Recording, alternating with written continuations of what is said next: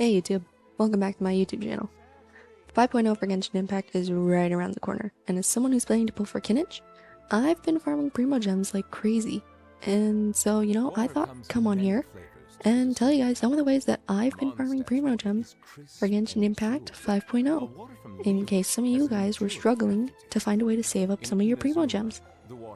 So one of the first, and I'm pretty sure most common and well-known ways to farm Primogems in Genshin Impact that everybody knows is obviously the daily commissions. So if you're like me and you have a bunch of these fate points, you can just spend some resin and collect your daily commissions. So if there's some days you don't have time to play Genshin, or then play a lot on the days you do have time, collect those fate points, and then on the days you don't have time, just spend some resin and you're good to go. The second way is obviously exploration, but more specifically, explore places you have low exploration. So if you kind of look around my map here, I would explore places like the desert, or maybe even this little island. Because I have lower exploration, I'm more likely to find Primogems in these locations than I would in places I have higher exploration. So I'd say just, run around places you have low exploration, and you're going to be more likely to find treasure chests, time challenges, puzzles, anything you may need to get some just, extra Primogems. The third way that I've been farming Primogems is story quests and hangout events. If you look here, all my hangout events are done, as you can see. And I just have Clorand and Siege Ween's story quest left, but Clorand's is almost done, and then I'll be doing Emily's when it comes out in like maybe a week or so. And I know, hangout events or story quests can be pretty boring, especially if you don't care about the characters. So don't pay attention during it. Just speed through it, clear it. And if one day you're like, man, I kind of wish I paid attention, just go watch it on YouTube. I guarantee you, someone on YouTube filmed it. So you don't have to watch through the story quests. I don't have the time. And when you do want to see it, just watch it on YouTube. So they're pretty quick and simple Primogems to get from just doing hangout events. Another way is just your quests. Do your backlogged quests. As you see, I don't have too many here, but I could still get like maybe 1 to 2 wishes just from doing these little quests right here. So, we're going to Natlan. You're going to get lots of new quests from Natlan. So I think it's time, clear out all your Fontaine, Sumeru, heck, if you still have Inazuma quests, now feels like a good time to just clear it out, do them. The next way I feel like is a weird way, but it's enemy tracking.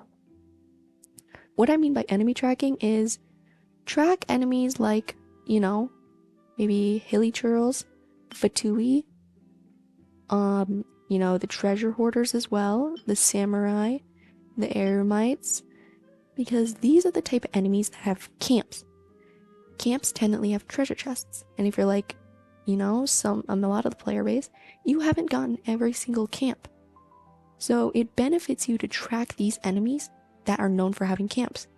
Because when I was attempting to build Dea, I was tracking these eremites, and I found at least maybe 5 camps that I had not gotten before. So I got 5 free chests just from tracking enemies to build Dea. So, if you need any of these materials, just go ahead and track them, and you might come across a camp that you haven't gotten yet, and you'll get some free Primogems just from doing that.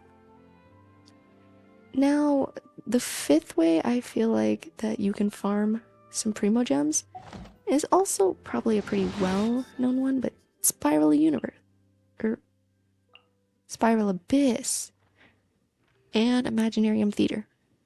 Now, if you're like not really a hardcore player and you're like, but I can't 36 the Spiral Abyss, so I won't do Chamber 12. Don't do that. Because if for every 3 stars you get 100 Primogems. But that's for the whole entire floor 12. So even if you only get 1 star on every single chamber of floor 12, still 100 Primogems. Same thing with Imaginarium Theater. If you can't complete the hardest game mode, do the easiest one, or the medium one. Because does it suck you that you can't get all the Primogems? Yes.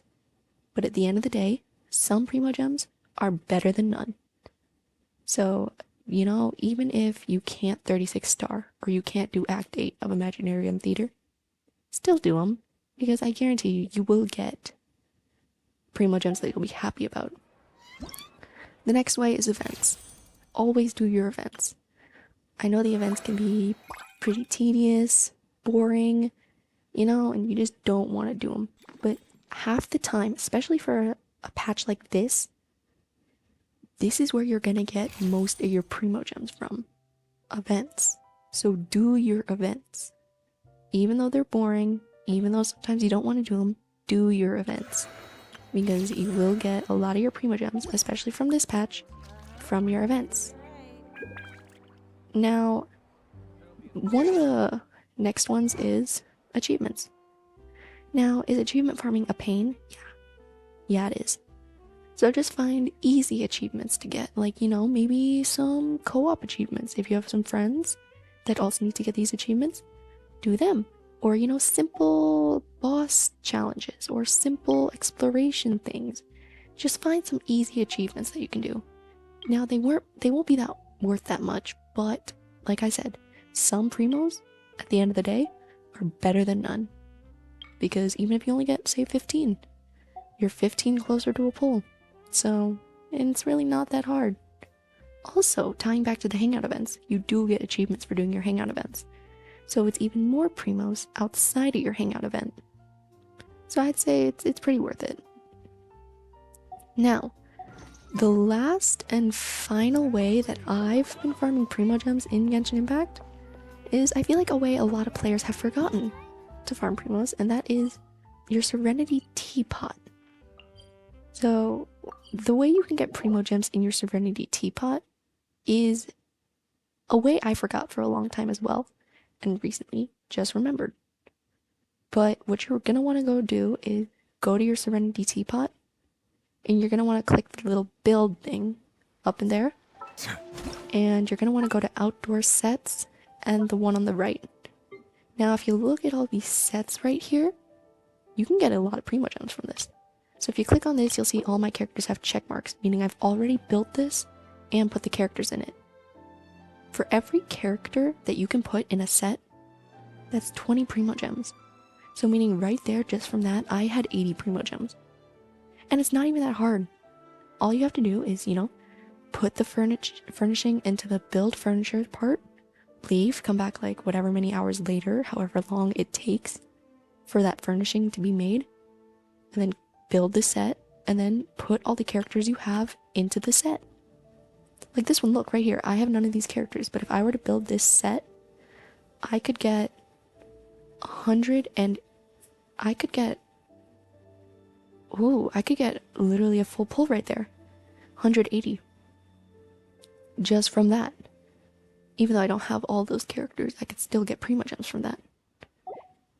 So, you know, I hope you guys found this video kind of helpful at least.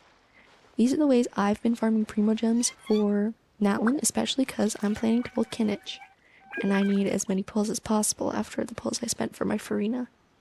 But, you know, I hope this video helped at least some of you guys, and I thank you for watching, and I hope you have a good day or night wherever you are.